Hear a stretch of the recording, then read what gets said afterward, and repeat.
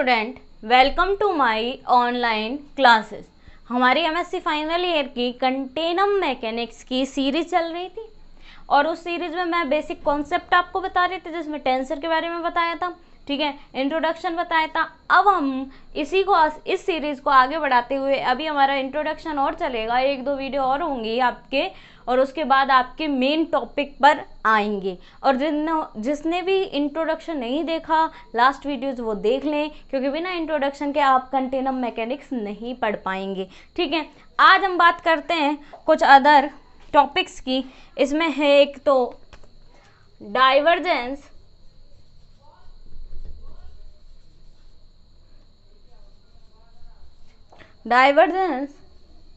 Of A vector function, ठीक है। Divergence आपने जैसे ए डॉट बी पढ़ा था, A dot B, A I B I, ठीक है। इसी तरह हम इसमें डाइवर्जेंस ए वेक्टर निकालेंगे और वो होगा ए आई विद आई, ठीक है। डाइवर्जेंस होगा ए आई विद आई। अब इसका सॉल्यूशन देखिए, solution divergence A vector equal हम लिखते हैं del vector dot A vector. Del जो वेक्टर होता है वो आपको बताया हुआ है, del upon del Y one E one vector plus del upon del Y two E two vector plus del upon del Y three E three vector, ठीक है। और ए वेक्टर को मैं लिखूंगी A one E one vector. Vector है तो vector यानी कि क्या होगा, डायरेक्शन के अकॉर्डिंग होगा, ठीक है। तो इसलिए A one E one plus A two E two vector plus A three E three vector. Where क्या लिख सकते हैं हम, A vector equal A one E one vector plus A two vector plus A three E three vector. और dot product आप जानते हो कि A one E one dot E one क्या हो जाएगा, जैसे आई डॉट आई 1 हो जाता है और आई डॉट जे 0 हो जाता है। Similarly E one dot E one क्या हो जाएगा, 1 हो जाएगा, ठीक है। E one dot E one 1 हो जाएगा, तो क्या बचा del Y one A one plus del upon del Y two A two plus del upon del Y three A three. ये बन गया। इसको हम क्या लिखें, A one with respect to one, यानी with one, A one with one plus A two with two plus A three with three, यानी कि दैट इम्प्लाइज, इसको मैं लिख दूं ए आई विद आई, और फॉर ऑल आई की वैल्यू हमारी 1 से कितनी नहीं है, 3 तक वेरी करती है, ठीक है। 3 डायरेक्शन के लिए 3 तक, एन डायरेक्शन होती है तो कहाँ तक जाती, एन तक जाती। तो डाइवर्जेंस ए वेक्टर बराबर क्या लिखा, del dot A vector, del की डेफिनेशन लगा दी, डॉट में ए की लगा दी, और E one dot E one क्या बन जाएगा, 1 बन जाएगा, और E one dot E two other के साथ डॉट प्रोडक्ट हो जाएगा 0, ठीक है। तो ई वन का ई वन के साथ में, तो ई वन और डॉट ई वन 1 हो गया, तो क्या बचेगा, डेल ए अपॉन में del Y one del A one plus del A two upon में del Y two plus del A three upon में डेल वाई थ्री। और इसको क्या लिख दिया, A one with one, A two with two, A three with three, A I with I. अब देखिए ये हमारी डेफिनेशन हो गई। अब हम आगे बढ़ते हैं। अब हमारे पास अगला आता है कि क्या है, मैंने आपको ग्रेड पढ़ा दिया, ठीक है, डेल पढ़ा दिया, ठीक है, डॉट प्रोडक्ट आप पढ़ चुके हो, और अभी अब मैंने डाइवर्जेंस पढ़ा दिया, और अब एक लास्ट और बचा है। देखिए लास्ट है curl of A vector function,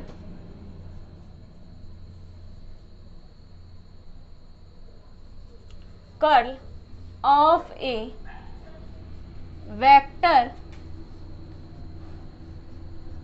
function of position.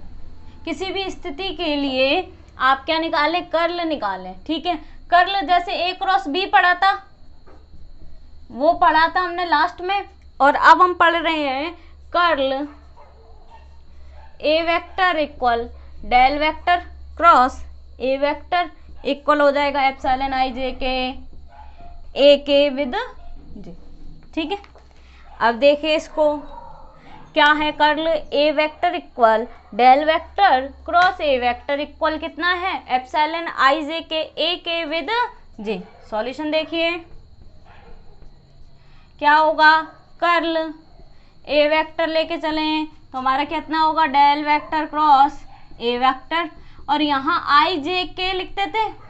ठीक है, तो उसी तरह E1 वेक्टर E2 वेक्टर, थोड़ा दूर दूर लिखते हैं, E2 वेक्टर और E3 वेक्टर।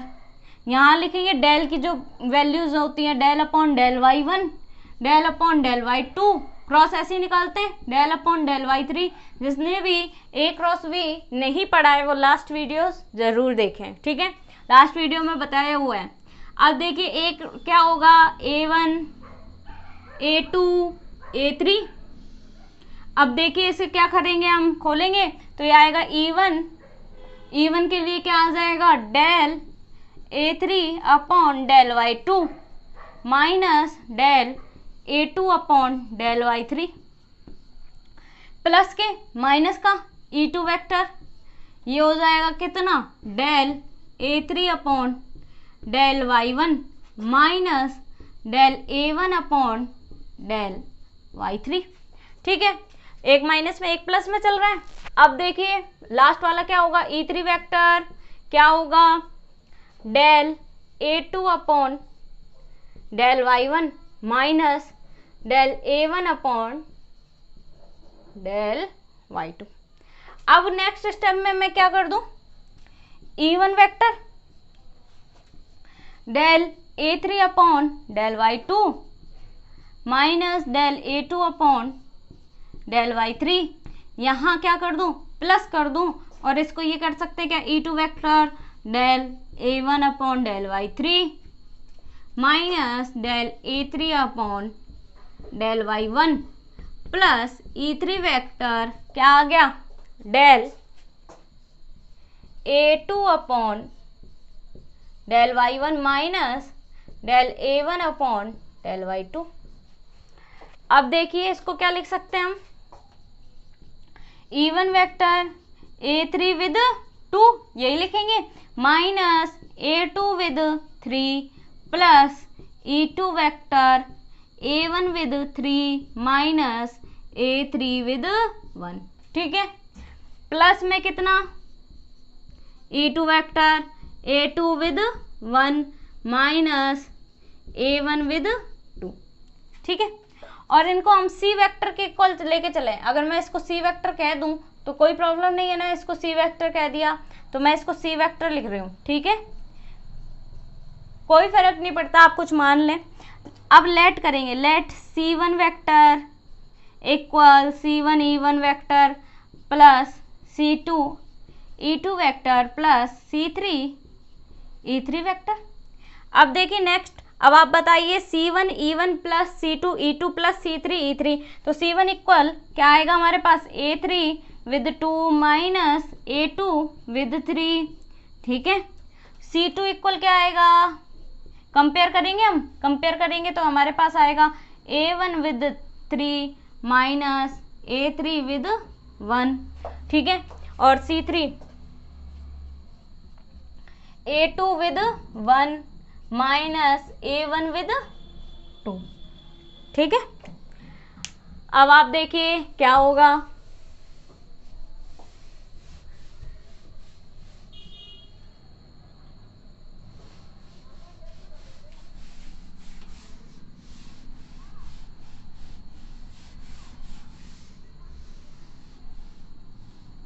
अब देखिए C1 इक्वल कितना, A3 with 2 minus A2 with 3।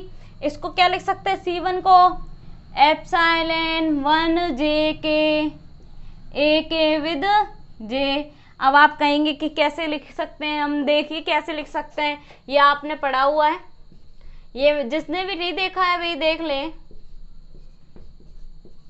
ठीक है, आई जे के, या मैं लिख दूं 1 2 3, एक ही बात है। अब इसको मैं एक को खोल के दिखाऊंगी, बाकी को आपको करना है, ठीक है। क्या आएगा, अब मैं खोलूंगी यहाँ जे और के की वैल्यू 1 तो फिक्स है, जे और के की वैल्यू 2 और 3, यानी 1 रखेंगे। एक बार जे की वैल्यू देखो, ये तो 1 है ही है, ठीक है। और उसके बाद हम जे की वैल्यू एक बार क्या रखेंगे 2, और के की वैल्यू क्या रखेंगे 3, और इसके बाद फिर जे 1 तो है ही, जे की वैल्यू 3 और के की वैल्यू क्या रखेंगे 2, ठीक है। अब देखिए C1 equal epsilon 1 2 3, A3 with 2, और प्लस में लिखा जाता है। जब टुकड़ों में हम तोड़ते हैं तो इसको ऐड में ही लिखते हैं। क्या आएगा C1, जे की वैल्यू कितनी 3 और के की वैल्यू कितनी 2, A2 विद 3। अब आप देखिए क्या आ गया, C1 equal epsilon 1 2 3, 1 2 3 clockwise direction में क्या आएगा, प्लस आएगा, तो क्या रह गया A3 विद 2 प्लस। अब 1 3 2 एंटी क्लॉक डायरेक्शन में होता है तो हमेशा क्या आता है, माइनस साइन आता है, तो A2 विद क्या आ गया 3, यानी कि वापस यही बन गया A3 with 2 minus A2 with respect to 3, ठीक है। यानी कि C1 को हम एप्सिलॉन 1 जे के ए के विद जे लिख सकते हैं।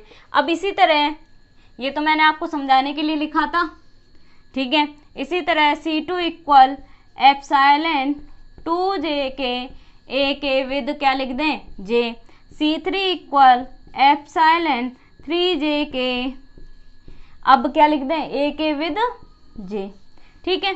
अब तीनों को ऐड के रूप में, ये तीनों ऐड के रूप में लिखे थे, तो देखिए C वेक्टर इक्वल क्या आ जाएगा हमारे पास, C वेक्टर इक्वल C1 की वैल्यू कितनी है एप्सिलॉन 1 जे के ए के विद जे, ठीक है, प्लस एप्सिलॉन 2 जे के ए के विद जे, प्लस एप्सिलॉन 3 जे के ए के विद जे, यही है। अब देखिए नेक्स्ट स्टेप में क्या करें, C वेक्टर इक्वल 1 2 3, एप्सिलॉन की वैल्यू 1 2 3 में जा रही है, यानी कि मैं क्या लिख दूं एप्सिलॉन आई जे के ए के विद जे, और मैं लिख दूं वेयर आई की वैल्यू कहाँ से कहाँ तक है, 1 से लेके 3 तक है। एक डायमेंशन के लिए 1 है, दूसरे डायमेंशन के लिए 2 है, थर्ड डायमेंशन के लिए कितनी है 3 है। तो ये तो कर लेता। अब एक दो टेंसर की डेफिनेशन और है, फिर आगे आपके कंटेनर मैकेनिक्स स्टार्ट होगी। अब देखिए आगे डेफिनेशन,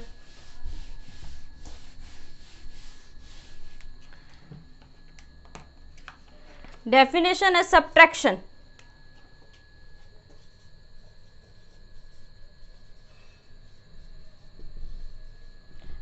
टेंसर के लिए, फॉर टेंसर, टेंसर का पार्ट है, ठीक है। अब डेफिनेशन देखिए सब्ट्रैक्शन, क्या, we can subtract two tensor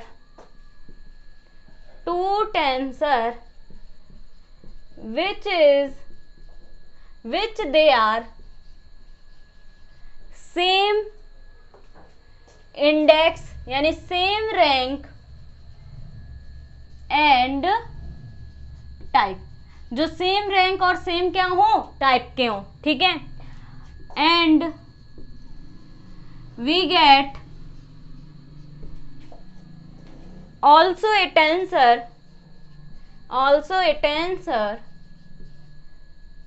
which is also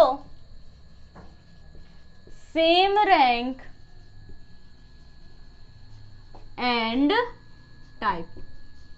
क्या लिखा मैंने, we can subtract two tensor, दो टेंसर को आपस में सब्ट्रैक्ट करना है, which they are same rank and क्या, they are same rank and type, जो सेम रैंक के होंगे, यानी कि 4 लें तो 4 रैंक हो, 5 लें तो 5 रैंक हो, और अगर सेम टाइप यानी कि सेम तरीके से लिखा हो। We get also a tensor which is also, क्या होगा, we get a tensor, also में मत लगाइए, we get a tensor which is also same rank and type. अब देखिए क्या होगा, ए बार आई जे के लिया मैंने, ठीक है, कितने इंडेक्स है इसकी, 1 2 3, रैंक यानी कि कितनी है, 3 रैंक की है, माइनस करा बी बार आई जे के, तो क्या लिखूंगी मैं, ए माइनस बी, तो एज इट इज उतार दिया मैंने।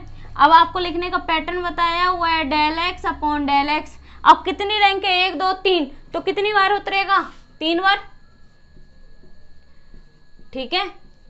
अब यहां बार है तो आई के लिए एक इंडेक्स ली अल्फा, तो यहां बार नहीं आएगा, यहां बार नहीं आएगा। अल्फा और जे के लिए इंडेक्स ले ली मैंने बीटा, और के लिए ले ली गामा। ये क्या हो गया बताइए, अल्फा बीटा और गामा, ठीक है। अब देखिए अल्फा बीटा गामा लिख लिया। अब बार आई बार जे ऊपर है, तो ऊपर वाली इंडेक्स में क्या लगाया, बार आई बार जे, ठीक है। के नीचे की साइड में, तो लास्ट वाले में लगाएंगे, यहाँ नहीं लगाना है, ठीक है, अलग अलग के लिए अलग अलग है बार के। अब एक्स आई के लिए क्या, अल्फा, जे के लिए क्या, बीटा, और ये क्या हो गया, gamma, which is rank 3, which is rank of 3। कितने रैंक का है, 3 रैंक का है, ठीक है। ये सब्ट्रैक्शन की डेफिनेशन हो गई। अब एक लास्ट डेफिनेशन और पढ़ते हैं, कॉन्ट्रैक्शन। कॉन्ट्रैक्शन का मतलब होता है संकुचन, ठीक है। 3 इंडेक्स 4 इंडेक्स की हो, 5 इंडेक्स की हो, वो 3 में रह जाए, ठीक है, contraction.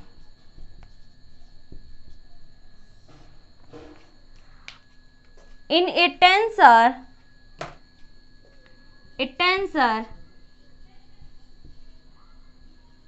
in which one contravariant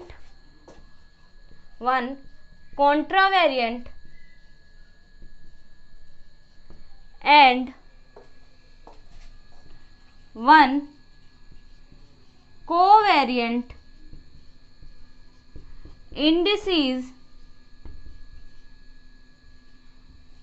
indices are equal, then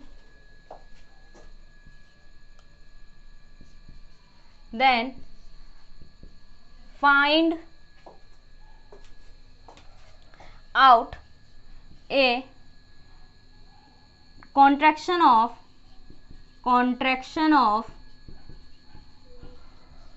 a tensor, ठीक है।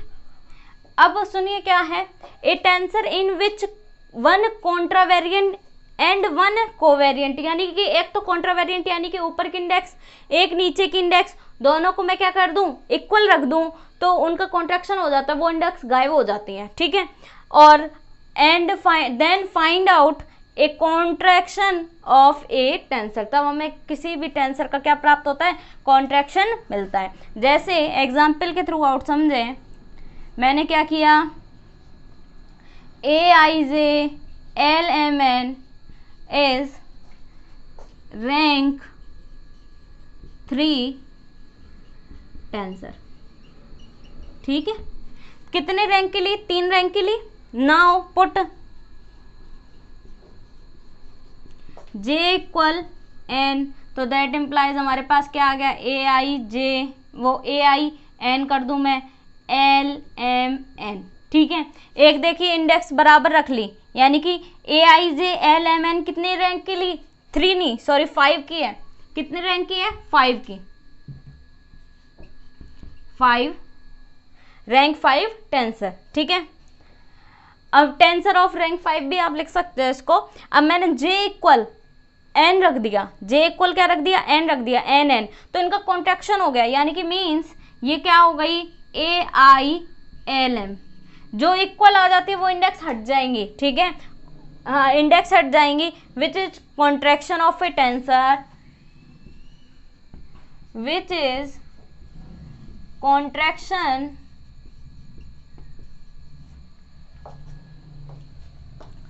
of a tensor, and we get